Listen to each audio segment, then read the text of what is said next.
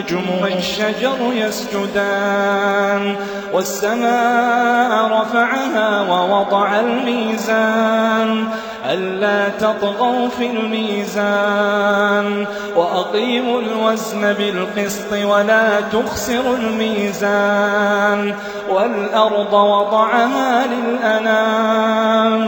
فيها فاكهة والنخل ذات الأكمام والحب ذو العصف والريحان فبأي آلاء ربكما تكذبان خلق الإنسان من صلصال كالفخار وخلق الجان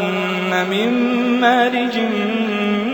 من نار فبأي آلاء ربكما تكذبان رب المشرقين ورب المغربين فبأي آلاء ربكما تكذبان مرج البحرين يلتقيان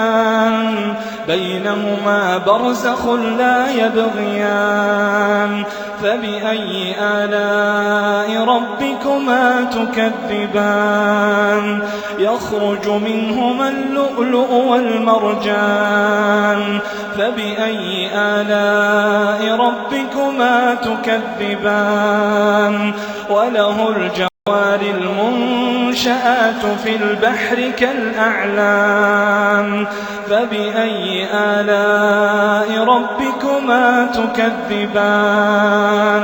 كل من عليها فان ويبقى وجه ربك ذو الجلال والإكرام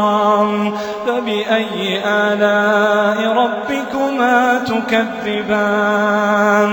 يسأله من في السماوات والأرض كل يوم هو في شأن